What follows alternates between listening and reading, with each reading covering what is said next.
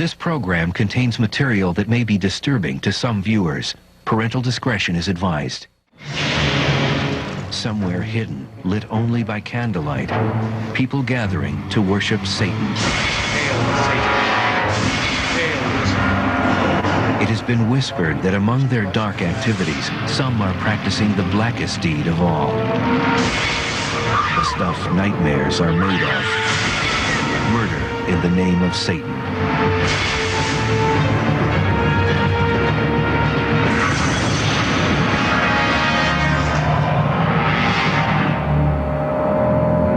In recent years, there have been a number of bizarre murders with unusual circumstances. Some claim these deaths may be the aftermath of satanic rituals. There's a loose-knit network of cults, satanic cults, operating across this country. Some think it's the work of deranged individuals acting out their madness. It was the act of someone with a sick mind, with a mental illness, so to speak. Baffled, police from around the country have turned to specialists for help. Another word for cult, which we're going to see. Dr. Don Perlmutter is a ritualistic crimes expert who trains law enforcement officers to identify and solve these difficult cases. On a cold winter's morning, she was called to a crime scene in Philadelphia. A strangely mutilated body has been found in this rundown neighborhood. So this is the building? Yeah, this is it here. Lieutenant Joseph Mom has asked Dr. Perlmutter to help him deduce if the murder is a ritualistic crime. Every step takes them further from the street and deeper into the inner sanctum of the dilapidated building. Lieutenant Mom guides her through the treacherous rubble towards the site where the body was discovered. He was actually found right back behind, right back there. Finally, in the darkest part of the structure, they reach their destination. He's found in that corner right there. You saw the crime scene photos. He's lying on his stomach when he's found. The victim was a 62-year-old male. He was found with his throat slit and his heart and liver cut out of his body. According to police, the organs were too crudely extracted to sell on the black market, a fact which draws attention to another mysterious element of the crime scene. Looking at this, you're going to find that operation where they removed his heart didn't take place here, for the simple reason that there wasn't enough blood. Detectives surmise that the man was killed elsewhere and his mutilated body was dragged here by rope and left in a pile of tires. Back out in the fresh air, Dr. Perlmutter reveals her terrifying suspicion. The man could possibly be the victim of a satanic human sacrifice. If a heart has been cut out, and if body organs have been cut out, and the blood is gone from a body, it's indicative of a ritualistic killing. They don't just take a heart for the sake of, oh, this is cool, I just pulled this out of a human body. It usually has some kind of meaning to them. For Dr. Perlmutter, all signs point to a homicidal satanic cult in Philadelphia, and all they can do now is wait for more gruesome evidence to turn up. If it's a ritual homicide, they're not going to stop with one. I don't even want to think about that. Ritual human sacrifice has been happening for thousands of years. Ancient cultures like the Aztecs and Mayans believed that offering up their fellow man and women was a way to strengthen and appease the gods. But how much real evidence is there that human sacrifice is actually occurring today? Is this true crime or overactive imagination? Ted Gunderson was one of the top field agents in the FBI and former chief of the Los Angeles office. He says human sacrifice is real, and he believes satanic cults are responsible. He travels the country lecturing about the dangers of Satanism. People have heard about the satanic movement and they're curious. They don't know about ritual ceremonies. They don't know about human sacrifices. Gunderson claims he has undeniable proof to support his theory. In this safe, he keeps a piece of evidence which was entrusted to him years ago. People say there's no evidence of satanic human sacrifice. This is evidence that was given to me by an informant. His proof, a videotape containing footage of what he says is a satanic human sacrifice.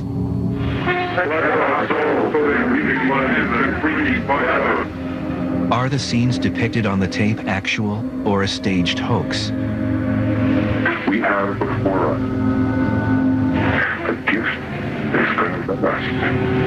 Outlive, outlove any and every human being on earth. People, we are free. We are there. In order to assess the authenticity of the tape, Dr. Don Perlmutter, the ritualistic crimes expert, viewed the footage, looking for known satanic crime patterns. That tape was very consistent with satanic ritual homicide. The fact that he was attacked and stabbed and eviscerated is unfortunately standard techniques in a ritual homicide. Although the tape may appear authentic, there are some who question its validity. Emergency room physician Dr. Gregory Carroll knows how real human blood and tissue react to real trauma. From what I can gather, what I can see from watching this video, this appears to be staged, appears to be theatrical type blood. I think the kind of the way that the blood is being presented doesn't really hold up to what my experiences in life and trauma that I've seen. In satanic communities, there are many opinions about the reality of the practice of human sacrifice. This is a real satanic gathering in Long Beach, California. The Syndicate of 5 Points is in the midst of the satanic ritual. Hail Satan! Hail Satan! These self-styled Satanists are initiating a young man named Hiroki into their cult. We are here to open the path to our carnal nature. Do you, beast of the field, a being of flesh, proclaim yourself a Satanist? Yes. Do you reject all false knowledge and self-deceit? Yes. Do you live life for yourself and those you love? Yes. In whom do you place your trust? Syndicate of the 5 Points. I like the fact that it allows one to indulge in the pleasures of life as opposed to live completely for the good of other people. But in this cult, they claim there are no sacrifices of any kind. In the past, I've been with groups that involved sacrifices of some type, not specifically human sacrifice, but sacrifice of small animals, and I didn't feel that that was right in any way. It went against my principles. But according to Hiroki, sacrifice is apparently not a limitation for all satanic cults. I do believe there are groups that participate in human sacrifice. Shemham Farash. Coming up, an unusual murder unnerves a small town. I don't believe that anybody had ever walked into a crime scene before in Stanislaus County where there were 4 dead people. And a woman claims a satanic cult made her commit bizarre acts.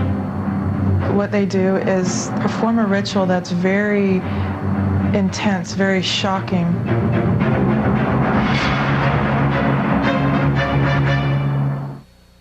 911 emergency? Yes, ma'am. We were awakened by a loud noise and some corruption going on outside on Mason Street in Salida. You are listening to an actual 911 recording of a woman who may have just heard the sounds of satanic sacrifice. Can you tell me what you heard? Yeah, it sounded like he was being strangled or thrown up or I don't know. In the spring of 1990, according to police, 6 shadowy figures emerged from a car near Elm Street in Salida, California. Under cover of darkness, they crept toward a quiet house. Court documents state that 2 entered from the front, while the rest sneaked in around the back. A door opened to let 2 visitors in. Then the electricity was cut, and a back window was lifted to let the intruders climb through. Moments later, anguished screams roused the neighbors from their sleep.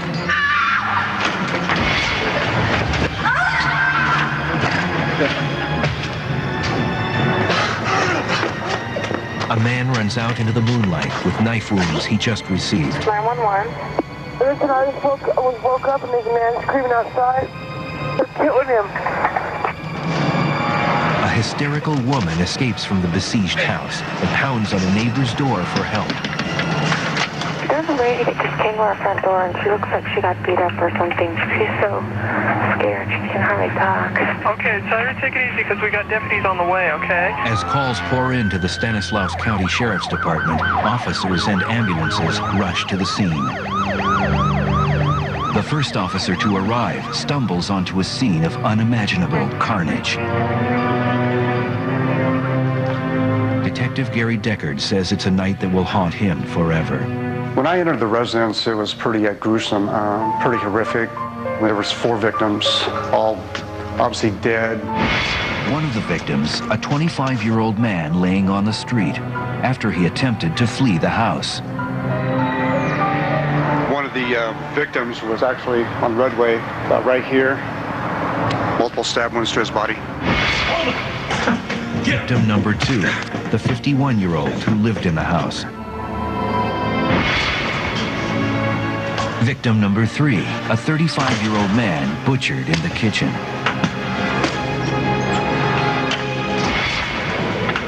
And victim number 4, a 23-year-old woman slaughtered in front of the refrigerator.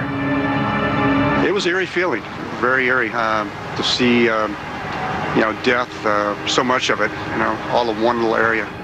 The crime was dubbed Nightmare on Elm Street, and many people thought it had the earmarks of a satanic human sacrifice.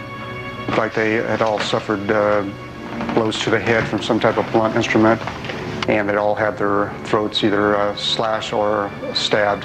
It was very, very gruesome. The lone survivor was a woman who managed to hide under a pile of clothes. She reported that one of the killers had a gun, but not one shot was fired in the massacre. Detective Deckard believes these killers wanted to get their hands bloody. Still, nothing could have prepared the detective for the magnitude of evil he was about to confront.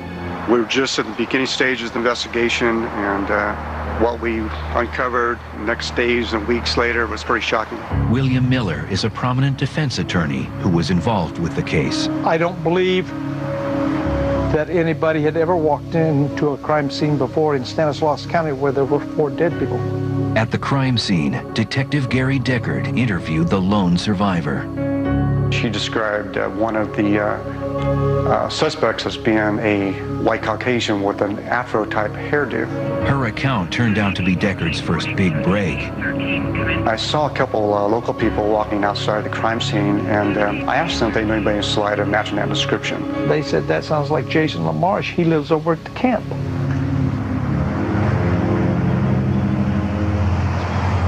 Jason LaMarche was linked to an old migrant workers camp just a mile away from the crime scene. The camp was home to Gerald Cruz, Ricky Vieira, and Dave Beck. This is what the locals refer to as the camp. This is where they resided at, in that little house right there at the end. Deckard's men nabbed Ricky Vieira first, and according to police, after several interviews, he confessed. He finally admitted to his participation in the murders. Vieira also confirmed that the other 3 suspects took part in the murders, along with Ron Willie and Melissa Missy Evans. Detective Deckard and his officers swiftly arrested all 6 suspects. During his conversations with Vieira, Deckard verified his suspicions that this was no ordinary gang of thugs. It's one of these interviews that you'll always remember the rest of your life. He told me that he in fact did kill her, and when he described that to me, he actually did it in a chuckle. Ricky had these eyes like a Charlie Manson look, like he was so removed from reality. The comparison to Charles Manson couldn't be confined to just Vieira's shifty look. A little over 20 years earlier, Manson led his cult of followers to commit a brutal ritual murder of their own. Vieira's testimony seemed to support the feelings of many in the community that his gang was actually a homicidal cult. The leader of this cult was 28-year-old Gerald Cruz. He had a natural flair for human psychology. He understood what made people tick. That was rather obvious because he took people and could mold them to his will. He would find people that was low self-esteem, possibly homeless. He'd bring them into his little group, and once they were there, he controlled them. He was a control freak. According to William Miller, several years earlier, Cruz had formed a self-styled cult, which he named the Order of the Lion. Everybody that was a member of the Order of the Lion then signed the book and put a thumbprint beside their name in blood.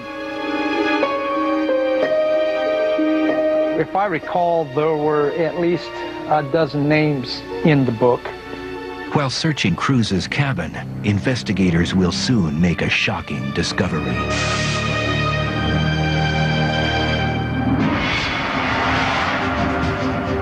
When we return, Gerald Cruz and his followers are exposed. And we go inside the Church of Satan to see an actual cult ritual.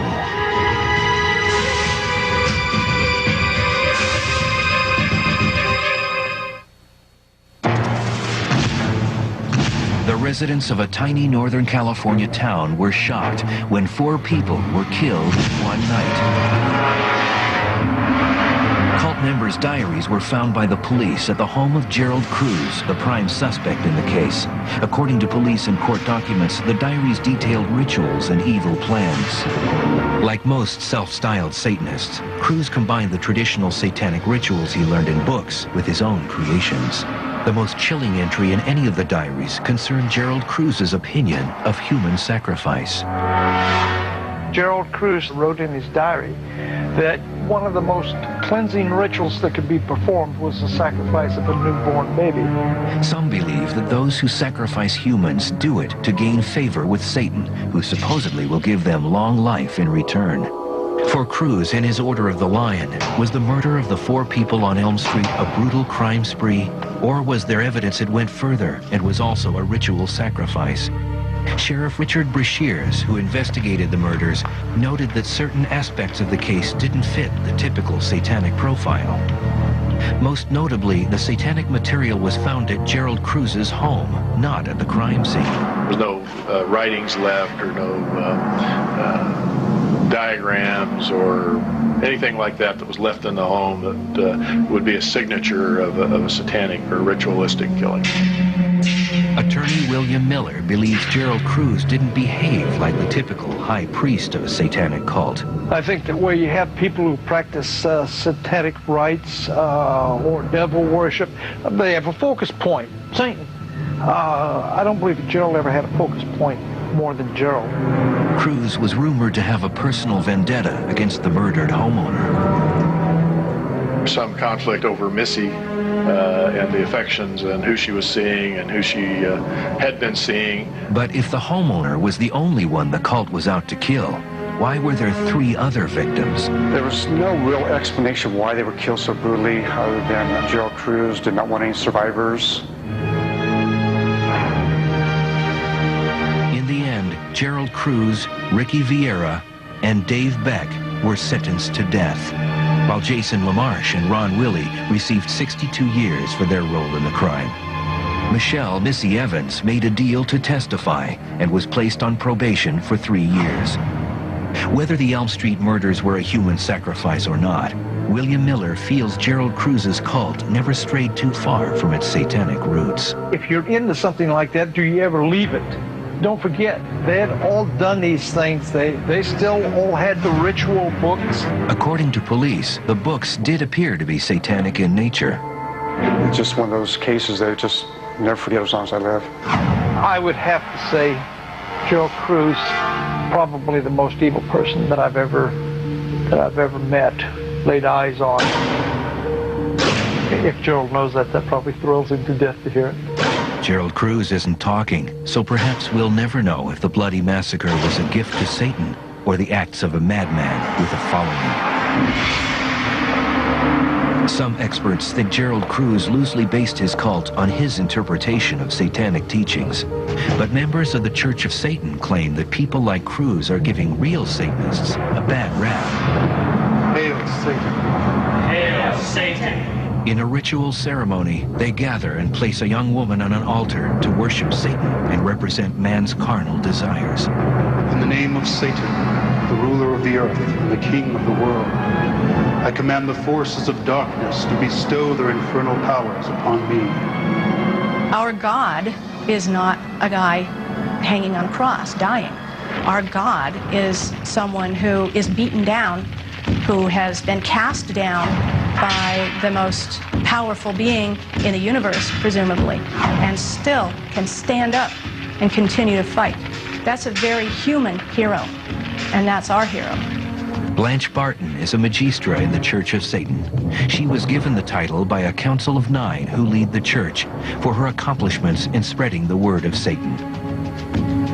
Blanche was the longtime companion of Anton LaVey, late founder of the Church of Satan, the first modern organized satanic church.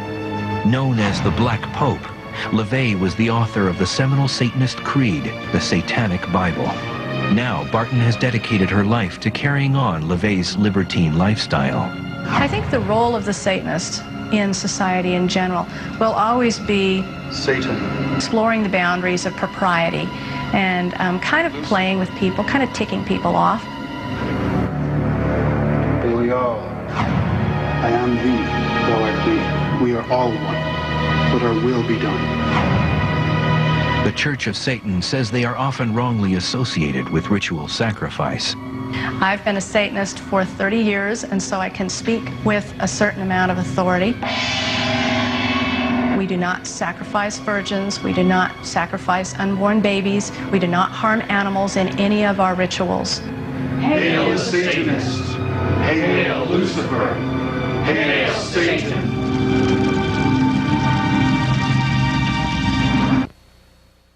This program contains material that may be disturbing to some viewers. Parental discretion is advised. Ted Gunderson, the former FBI agent who has spent his life researching ritual human sacrifice, insists that murder is the very foundation of Satanism. As evidence, he points to famed English occultist Aleister Crowley's book, Magic and Theory in Practice. And here's what he says in his book. For the highest spiritual working, one must accordingly choose the victim which contains the greatest and purest force. A male child of perfect innocence and high intelligence is the most satisfactory and suitable victim. This is in their literature. Gunderson says that children are the primary victims of satanic cults. I receive hundreds of letters, hundreds of phone calls. I have talked to hundreds of what we call satanic ritual abuse survivors. Ted Gunderson has traveled across the country to interview a survivor named Sharon, who has a staggering story. I want to talk to Sharon now because she remembers a lot more details about the cult. Sharon is an artist who claims she recently escaped from a traditional satanic cult. Ted has learned that Sharon was inducted into the cult at a very young age. Hi. Hey. How are you doing? Good. Let's start with how they control people. How they control people is they bring the children in very small and they put them on an altar and they give them a different name, like a new name, and then they would tell them, you're asleep, this isn't really happening to you, while they're performing the evil satanic ritual on their body or their mind. Sharon vividly recalls her own induction ceremony. One of the leaders chopped off the head of this black goat, and then he picked it up by the top of the head, and he was like sprinkling the goat so the blood would drip all over my body, and they were saying, Lucifer is Lord. Lord. Lucifer is Lord. Sharon tells Ted Gunderson that she had repressed all knowledge of these memories until one traumatic day 6 years ago. I prayed one day and I just said, God, what is wrong with me? I want to know. I'm ready to see it. Show me. Images from her disturbing thoughts began to appear in her artwork. I would do a piece of art and then later it would pop out and I'd go, oh my gosh, that was the ritual. Gunderson convinces Sharon to join him on the long drive back home to face the trauma of her youth. She brings Ted here to a remote forest area where she claims the satanic cult performed many ceremonies at night. In the rituals at night, I saw the most frightening thing, these three men standing in these black suits and waiting for me. And they were programming me and saying, you aren't going to remember any of this. You're at the beach, you're in the water, everything's peaceful. Next, Sharon leads Ted deeper in the forest to a place where she says she was taken by cult members many times. It's like right up there. They took me up here at night and we went up there right at the base of the waterfall there, and they were praising Lucifer and speaking in weird languages and just had me under very deep programming, mind control, so I didn't remember any of it happening. During a hike here years ago, the waterfall triggered the release of her repressed memories. I said, oh my gosh, something happened up here, and I started... your memory? Yeah, I started going through the memory and everything, and the pain.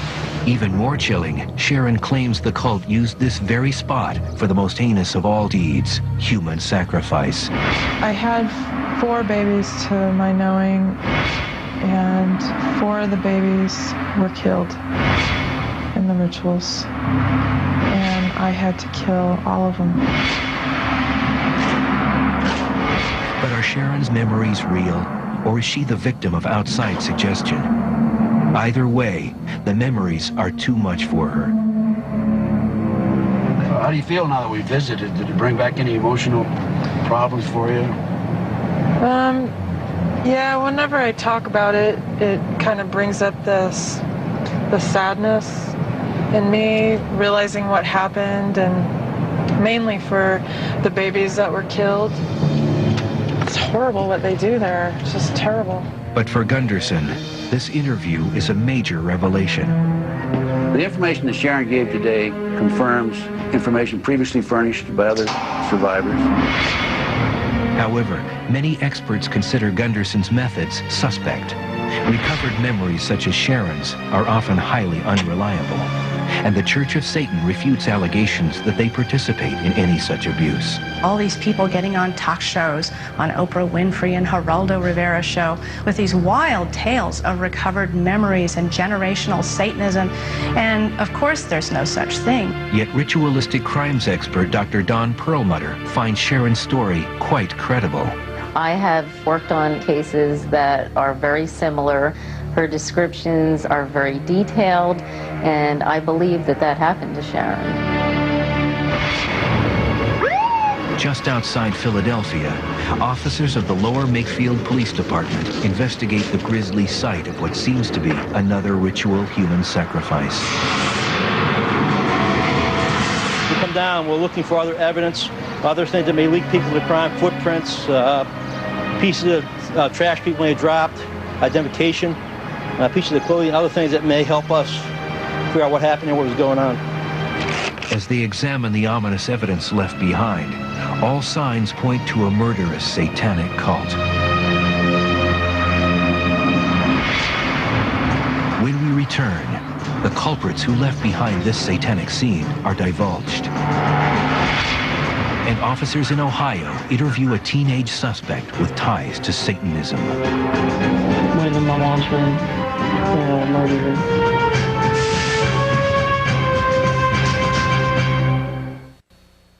This program contains material that may be disturbing to some viewers. Parental discretion is advised.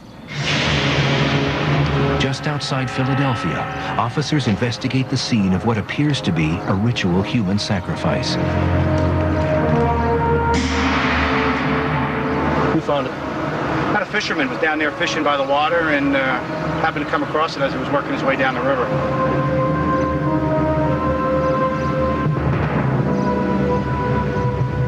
The officers did an excellent job. They recognized all of the occult evidence. You got a box down, you got a Bible, some type of Bible up there. Looks like maybe satanic. We have 3 books on top of each other. The top one has no name on it. They even recognized the significance of the evidence. There's a box with 3 skulls on the side of it. Inside the box, Bob, is a couple crucifixes. Looks like 2, 3 crucifixes. They recognized the significance of the magical diary, that, you know, they needed to get that translated right away. They recognized clearly that it was Satanist.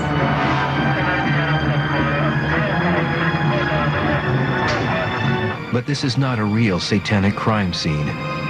3 hours earlier, Dr. Don Perlmutter and Corporal David Schaefer of the Pennsylvania State Police had set up this mock crime scene. It's important for police to know how to investigate these types of crime scenes because it's starting to occur much more frequently.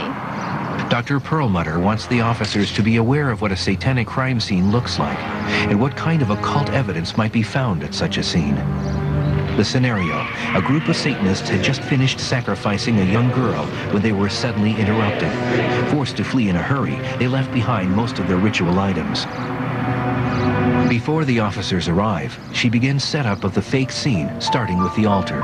This is the chalice. It has the pentagram on it. During the homicide, they may use it to put blood in there and to literally drink the blood.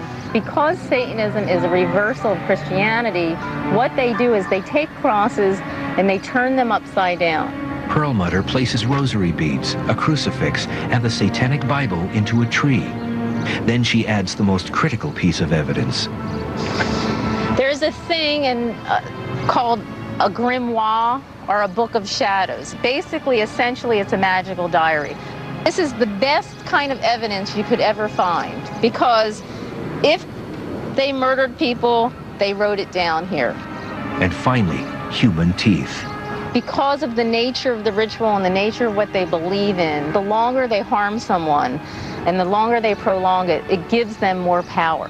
One of the ways you torture someone is to knock their teeth out, pull their teeth out. So I actually have, you know, real teeth that I'm going to put at the scene. After scattering simulated body parts, the preparation is complete. Dr. Perlmutter's trainer helped us identifying the type of crime scene it was. So far, a satanic human sacrifice hasn't happened in this area. But thanks to Dr. Perlmutter's training, these officers will be prepared if it ever does. Perlmutter's theory that homicide detectives need to know how to recognize a satanic crime scene was proven all too true in Bel Air, Ohio in 1995. Sheriff Tom McCord and his deputies are summoned to a local residence when a teenage son comes home to discover his parents had been brutally murdered. This real footage shows what one of McCord's deputies videotaped. Okay, this is the living room coming in through the front door. When I got to the scene, I didn't want to be there, and I know Sergeant Samples and the squad members, we all had the same thing. Why us? When they made their entry into the residence, what they found staggered them. Okay, be the first bedroom to the right in the hall. We found her lying on her bed. We also found in that room an axe with blood and some other elements on it. We found various items which would be used in satanic worship. When the officers enter another bedroom, they find the father lying face down on his bed. It appeared Sheriff McCord had a satanic killer on his hands, and all signs pointed to the murdered couple's son, Nathan Brooks.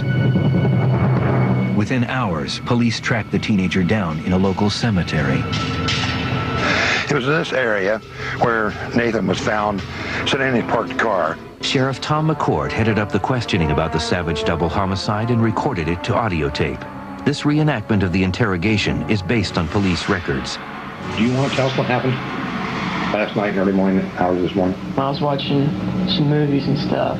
Then I went into my mom's room and I murdered her. And then my dad. And then I performed the black mass and then I took a walk.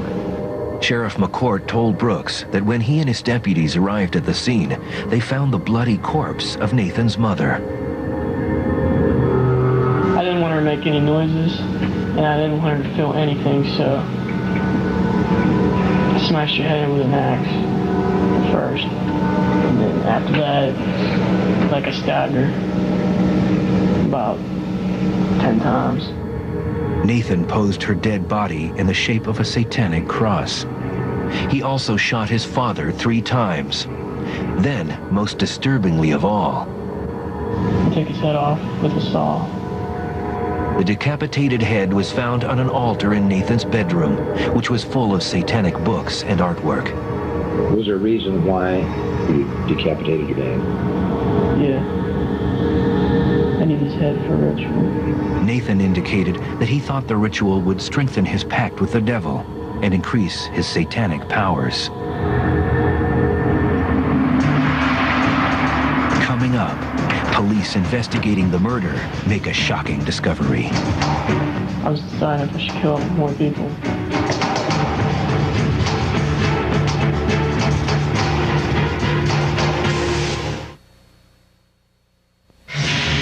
17-year-old Nathan Brooks confessed to murdering his parents and claimed he had a pact with the devil. Sheriff Tom McCourt found evidence of occult dabbling in Nathan's Book of Shadows, a journal in which Nathan documented his satanic rituals, many performed for his friends in high school. Did you make sacrifices back then? Yeah. What did you use then? Just animals and stuff. My own blood. Your own blood? Yeah. I just do things for him. In a shocking discovery, McCourt's officers found a list of names in Nathan's room. The list showed that Nathan's dark plot didn't end with his parents. The list showed names of people he was planning to kill next. I had a list of so many people, all the people that trusted me. It would have been easy. The list included his family and friends, all of whom he planned to lure into the house one by one. I had a plan to skin them, to hang them up in the basement, skin them alive. There would have been like 30 people. Although all signs pointed to a case of satanic human sacrifice, Sheriff McCourt began to doubt that communion with the devil was the real reason behind the murders. When I asked Nathan at first if he talked to Satan, he indicated that he did. Later on, Nathan said that indicated that he had lied, that he did not talk to Satan. He said he tried, but he never got a response. Satan never answered him.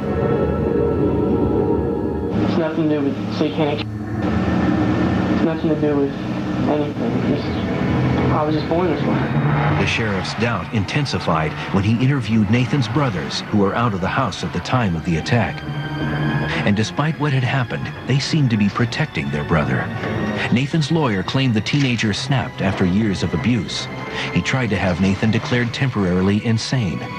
But Dr. Don Perlmutter, a ritualistic crimes expert, says a plea of insanity from abuse does not give due weight to the corrupting power of Satanism. There's unfortunately quite a lot of abusive parents in the world, and not all of their children are cutting their heads off and offering it up to Satan as a sacrifice. In the case of Nathan Brooke, a plea of insanity, it's just not applicable. The court held the same opinion, and Nathan was deemed competent to stand trial. We, the jury, find the defendant Nathan John Brooks guilty of aggravated murder of Carrie Ann Brooks. In October of 1996, the 18-year-old was condemned to 2 life sentences. He only avoided the death penalty because he was 17 when he committed the murders. Yet the question remains, did Brooks use Satanism as a scapegoat for his vengeful rage after years of abuse? It was later discovered that Mr. Brooks at times had a temper.